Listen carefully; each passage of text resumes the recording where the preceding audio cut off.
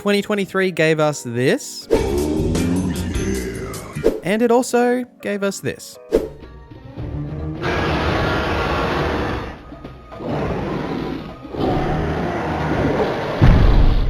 And an absolute ton of games crammed in the middle somewhere. Was 2023 the best year in gaming?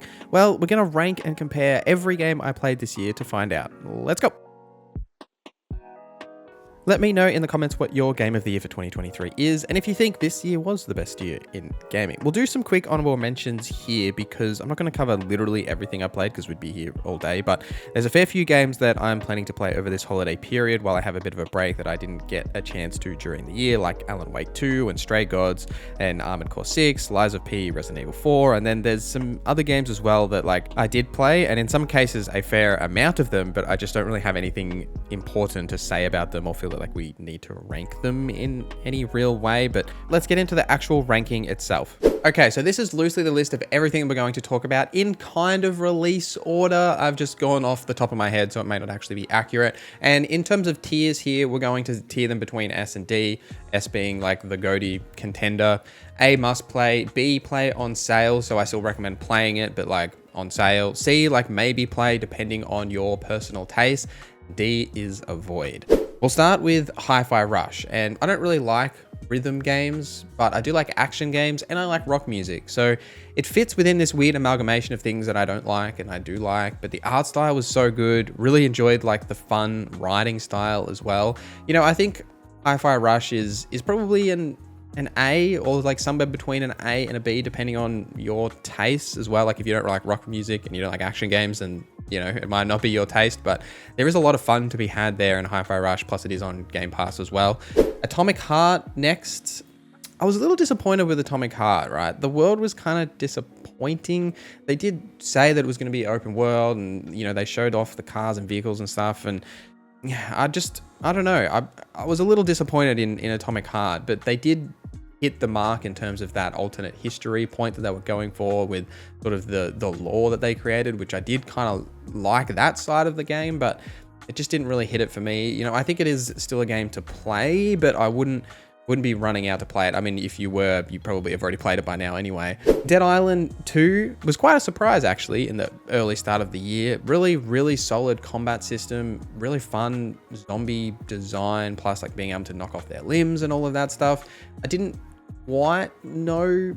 I think the positive thing here for Dead Island 2 is they didn't bite off more than they can chew, right? They didn't try and make a massive open world in LA. They stuck to these really tight areas that were quite dense with a lot of things to explore. And, I think because of that, Dead Island 2 is probably a must play. It is a fun experience. If you just want a fun game to play that is also co-op, it's definitely worth playing. Sons of the Forest needs way more time in the oven. I did finish it and I almost regret finishing it, and I'm definitely going to wait until it is completely finished, I guess, if you could say that for an early access game. But they obviously did finish the original one, The Forest. I loved the original Forest. I was a little disappointed with this game that was supposed to be full release this year, and then at the last minute they were it's actually early access, and then what we got there. So I think I'm going to put that in C actually rather than B as a maybe play. Wolong Fallen Dynasty has probably improved since its original release. That had terrible PC performance, and the difficulty spike was also a weird issue that some bosses were just obscenely hard for no reason. But it's still a fun game, I think. I think it's something that you can definitely pick up if you like those Souls-like games. It's got a bit more of a fluid combat system, a bit more Sekiro than Dark Souls in terms of its, something to compare it to. It is a good Souls-like. There's a good build diversity there as well, good things to find in the world and play around with. But yeah, it definitely has its issues, and they have been expanding it though. There's DLCs and obviously patches and stuff. So I think it is something that I would recommend to check out.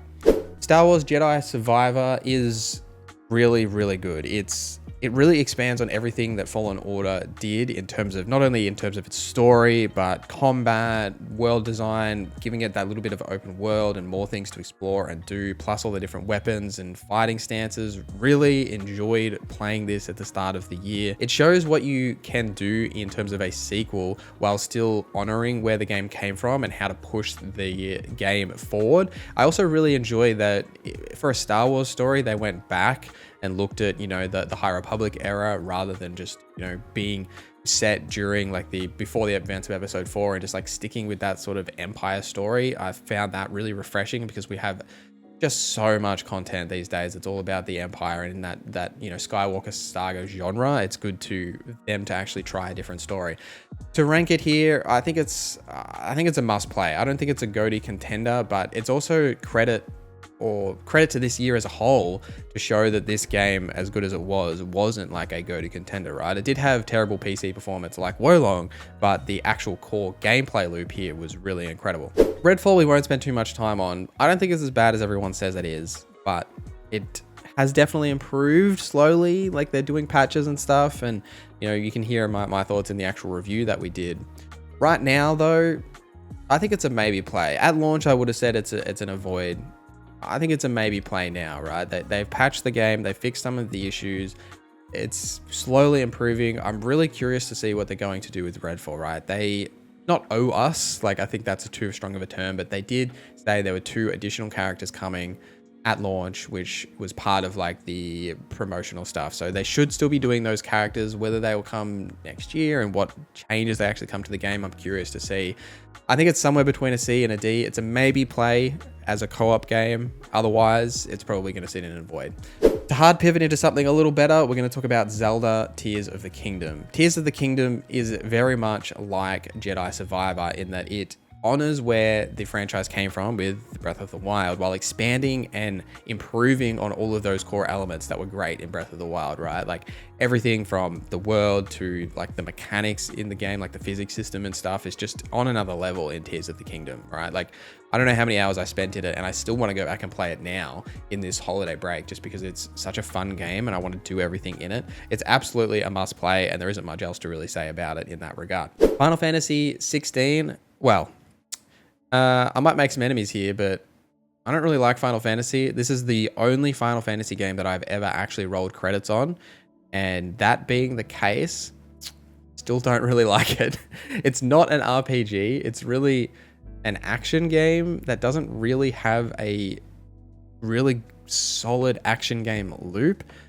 And on top of that, it relies too heavily on the spectacle of those big boss fights rather than actually creating something meaningful outside of that. Like they clearly spent so much development time on those massive spectacle fights, which are incredible and sort of worth experiencing just to see the sheer scale that they have pulled off with these. But it's not an RPG. All the RPG elements are like removed. The party system, proper like leveling system, even a gear system, right? Like, you know, there is weapons, but there's just linear progression in them, right? You just beat a boss, get a new weapon that's just better than the previous weapon you had. There's no decision to make there whether this sword might be better or this sword might be better. It's just like this sword has bigger numbers, so equip this sword, right? Like, you know, I've got a lot of negative things to say about the game. It's not an awful game, but you know, I think it's a play on sale. I'm curious to know what other people think about that, but it's not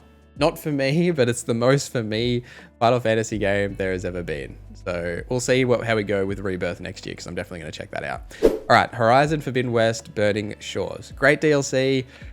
Seeing LA and all the like desolation there, really cool. I love Horizon. Great time. Definitely, I think it's a must play. If you enjoy Horizon Forbidden West, have a PS5, Burning Shores is definitely a must play in my opinion. Diablo 4. Diablo 4 is an interesting one. It has a really, really good combat loop. I actually quite enjoyed the story of Diablo 4.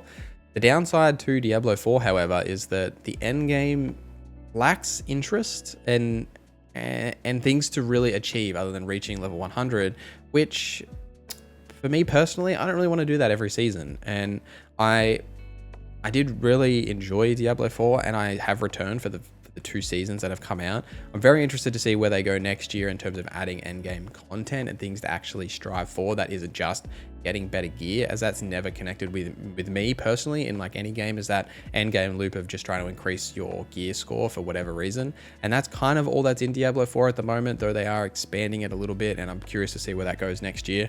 It's still worth playing though. I think I'm going to put that in must play. If you do like those action RPGs, there's still absolutely something fun to be had here. ESO Necrom, here's a fun one. I never really talk about it, but basically every year I return to ESO for the expansions, and I do like Tamriel and Elder Scrolls, and I do actually really like ESO. Necrom didn't really connect with me though. The story just didn't really vibe with me. I don't really vibe with the Daedric storylines anyway. I much prefer like the race and like faction conflict storylines. So it wasn't my favorite expansion. It was pretty solid though. Like the new class is actually quite fun too.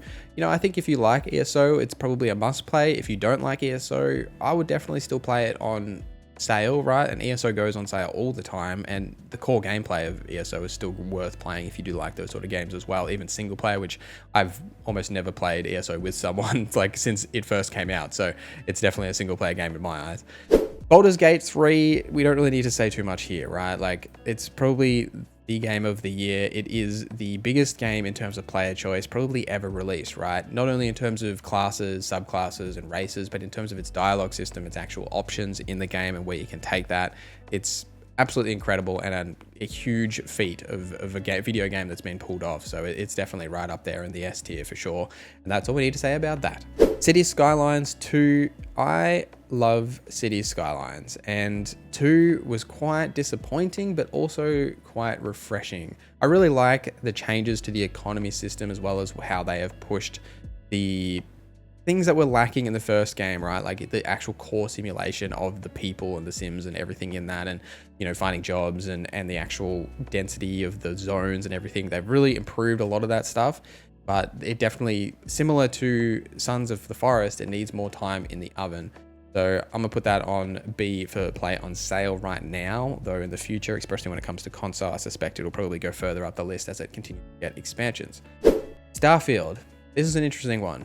To me, I think Starfield is a must play, and that's to me personally. You know, there's a lot of criticisms and fair criticisms of Starfield, but to me, the combat loop here is the best combat that Bethesda has ever made. Some of the storylines, and especially the faction quests, are some of the most interesting that they have ever made. Especially the Crimson Fleet storyline is really, really solid. The UC is really good, and then, you know, it's almost shows the issues that they have had with Starfield in terms of the 1,000 planets, and they definitely tried to bite off more than they can chew. And I think the more time that passes, Starfield will continually get better. Something that's always irked me is when people say that they go, you know, Starfield is crap, and they go back and play Skyrim. It's like, okay, are you playing vanilla Skyrim with no mods, no changes, no DLC, nothing, right? Like the original game that came out? Or are you playing a modded version with the expansions and all the changes, blah, blah, blah, blah, right? And I think that we're going to look back at Starfield in like 5 years with the changes that Bethesda make themselves, plus the additions for modders, or whatever happens with, I suspect we're going to get a creation club in there, no doubt, but whatever happens with that, right? I think that as time passes, Starfield will become a significantly better game, even though right now it's still a good game to me. Cyberpunk 2077 Phantom Liberty / update 2.0, 2.1, you know, I'm considering putting it in S, but because it's not technically a new game, then maybe we're going to put it in A, right? You may have already played Cyberpunk originally, but I still think it's worth playing again for update 2.0 and 2.1 and the Phantom Liberty story. There's a fair chance that maybe like I could potentially put it in S, and maybe we will because of that. You know, I think playing Starfield and then playing Cyberpunk back to back, and I even made a video of the video versus, which goes into depth about just the comparativeness in terms of their storytelling, right? Cyberpunk is so immersive, especially nowadays. The way that the cutscenes play out in first person and the spectacle of some of these set pieces in Phantom Liberty and the base game is well worth experiencing. And all the changes they've made with 2.0 and 2.1, absolutely well worth doing. I think we're going to go S. It's going to go in GOTY contender, even though not a Game of the Year contender because it didn't technically come out this year, though the DLC did, but it's going to go in S tier. Assassin's Creed Mirage is next. This was quite a disappointment to me. I came out of the preview sort of in the middle because I didn't really understand the whole combat loop, and the full game did nothing really to make that better. You know, I talked about this heavily in my review as well, that the combat system straight up doesn't make sense, as it's a weird hybrid between Valhalla while removing all of the RPGness and different elements to the combat, and then trying to create their own combat system on top of that is kind of broken, that you can just like one shot literally every enemy and then they don't all attack you at the same time and they just kind of stand there and do nothing. And I showed plenty of footage of this in the review that was a bit disappointing, right? And the story on top of that as well didn't really go anywhere. There was no payoff. There was no real villain. It was just odd. It was an odd game that I think should have been a DLC like it was originally planned to be. You know, I think for me personally, I think it's a C. It's a maybe play, depending on if you like Assassin's Creed, right? That, you know, there is some fun stealth to be had there. If you only stick to the stealth and you do no straight up combat, you will have a good time in Assassin's Creed Mirage. It's just that as soon as you start engaging in the combat system, you start to see the cracks show. And then if you think about the story as it's happening, especially when you get to the end, it does leave you with no real payoff, and it's kind of disappointing in that way. I am really keen to see what happens with Assassin's Creed next year, like Assassin's Creed Red, but we'll see how that goes. Lords of the Fallen is next. Lords of the Fallen is a game that's trying too hard to not be the original Lords of the Fallen, and also trying too hard to be Dark Souls. I think Lords of the Fallen is worth playing if you enjoy Souls-likes. However, basically everything in that game you have seen before except the Umbral Realm. That's the only unique thing they bring to it, which is an interesting mechanic in its own right, and I quite enjoyed the Umbral Realm, and how having these two realms that you can travel between seamlessly was quite interesting and a really unique mechanic. But everything else in the game, you've just seen it before, and that's kind of disappointing. And I think that the more of these Souls games that just try to be Dark Souls is disappointing. I like games that try to be something else, a little bit like Wolong trying to be something else. Like, you don't have to be Dark Souls to make a Dark Souls game, and you don't have to be dark. Like, you can make a bright version of these games, and Lords of the Fallen just does all of that stuff that you've seen before. So I think it's a play on sale. Same as Wolong, I guess. It's a game that if you like Souls, like, you can pick up, but it's got its own issues in its own right. Marvel's Spider-Man 2 is next. Now, this is an interesting one that, you know, we've had two other games on this list, being Jedi Survivor and Zelda Tears of the Kingdom, that really expanded on where their original game came from, right? And then in the sequel with Spider-Man 2, it does expand on those elements, but I don't think it pushes them in new ways, where Jedi Survivor absolutely does with its 5 new stances and its really in-depth storytelling compared to Fallen Order, and its new take on a story taking you somewhere else, as well as changing the world to be open world. And then Tears of the Kingdom does this as well with its completely restructuring of the world, the physics, blah, blah, blah. But Spider-Man 2 does expand on things from Spider-Man and Miles Morales, but not enough for it to be in that same tier as those two games, in my opinion. I think it is a must play if you do have a PS5 and you enjoy the Spider-Man games, but it is still Spider-Man, and it doesn't expand on that core idea enough to be unique or tell a really unique story either. So it sits somewhere in between those two tiers, but I think ultimately it's an A. Persona 5 Tactica. You know, I'm a Persona 5 stan. You know, I love the series. Strikers I really enjoyed. Tactica, though, was not for me. I've put, like, I don't know, 10 hours into it. Just didn't connect with me. It's missing half of what makes Persona good. You cannot explore or do anything in this game. You're in combat, and then you're in a cutscene, and that's the entire game. And those cutscenes, about 50% of them are voice acted, the other half aren't. And, you know, it's presented in that chibi style that it just doesn't have enough going for it to really keep me engaged. And, you know, I think it's a maybe play. If you enjoy Persona 5 and the characters there, you may connect with it better than I did, even though I love those characters. But the gameplay loop wasn't there for me. It was pretty simple in terms of the strategy elements, and then not having anything outside of that other than the chibi style cutscenes that are a bit lacking didn't do it for me. Last, we have Avatar Frontiers of Pandora, the last game we reviewed of the year. This was a surprising hit for me. I've obviously talked about it in the review itself, which was very recent, but the exploration is incredibly fun. It's the best looking game to come out this year, potentially the best looking game that Ubisoft has ever made. Really enjoyed the world. The developers obviously understand the lore of Avatar and have really connected with that and put that juice into the game. I think Avatar Frontiers of Pandora, is it a play on sale? Is it a must play? You know, I think it might be a must play. I think that The spectacle elements of actually just looking at the world on its own is probably worth playing if you have a 4090 and a 4K monitor like I do. But the story here is the only element that I didn't enjoy, and the characters that are in that story. The game is fun, the combat is fun, the world and exploring is fun, riding your Ikran is fun. I think it's a must play, right? Especially to tip off this year, right? You could go out and play the day before, though you can't anymore. But you know, if you're looking for something to play in December, it's probably would be Avatar: Frontiers of Pandora. So was 2023 the best year in games? Well, I mean, I'm leaning towards no. I mean, we got games like the Golem, that Kong game as well, the day before, that Walking Dead game. Like, we got a fair amount of games on the other end of the scale this year, which we don't typically see. Like, there's often one or two that you sort of come out each year, but we got a heap of them this year, funnily enough. But on the other end of the scale, we got some damn bangers this year, and some fixes to games like the Cyberpunk 2077 Phantom Liberty stuff as well. And if you look back at some past years, like I'll give you 3 examples here that, you know, you can sort of compare, right? You've got 2007, which had COD 4, Burning Crusade, Bioshock Crisis, The Witcher, Mass Effect, Portal, and Assassin's Creed. Now, while all of these games are good, a lot of them as sort of revisionist history in a way. Like if you think about The Witcher and Mass Effect, didn't really get good until their sequels, but you know, you think about them more positively because, you know, that was the year that the first game came out. And comparatively to 2010, you had Red Dead Redemption, Mass Effect 2, Metro 2023, Fallout New Vegas, COD Black Ops,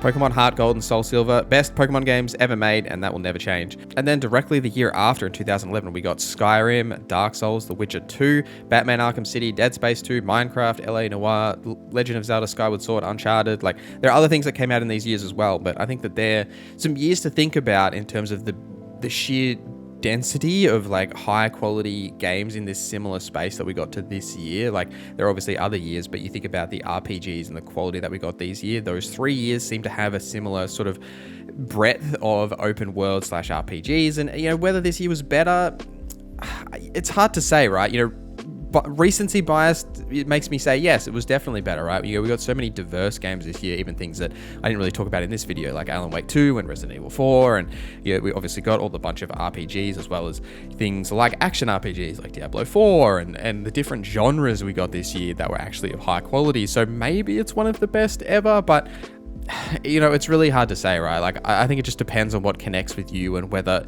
it is the best year to you personally. I don't think there's a critical way you can say it is the best year, but I'd love to know your thoughts in the comments. Is it the best year ever? And if it's not, what is your best year ever in the comments? I also want to touch on here briefly my game of the year, and that would be Baldurs Gate 3. I tried to get Sven to come on the channel and accept this incredible award, wearing his full armor and everything. You know, I would have at least given him 60 seconds to make his speech as well, which is double what Jeff gave him. So I also don't want to rehash what I've already talked about in I don't know how many videos and in this video itself about how great Baldurs Gate 3 is. But here's a bit of NorZZa lore for you. 3 years ago, when I first thought maybe I could do this YouTube thing as a career, I covered Wasteland 3 doing builds and tips and that sort of thing that you see on the channel now. And then I did Baldurs Gate 3 early access, and that actually really took off for the channel. And that's what made me really think that I could actually do this as sort of a career. And so there's a special place in my heart for Baldurs Gate 3, especially now that it is out and we see what the full product is and how far that game has come. Like, it's really, really a testament to the incredible work that Larian Studios have done, because the original early access looks almost nothing like what the game does today. So it's incredible the amount of work they have done, and they deserve all of the credit that they are getting. But that is 2023 in a nutshell. I will be taking a short break here in the holidays, as well as a short break in January as well, but we'll have plenty of content coming out next year. So I hope you enjoy the holiday period, and I'll see you all next year. Thank you for watching this video till the end. Thank you to our members for supporting the channel. My name is NorZZa, and I hope you have a great day.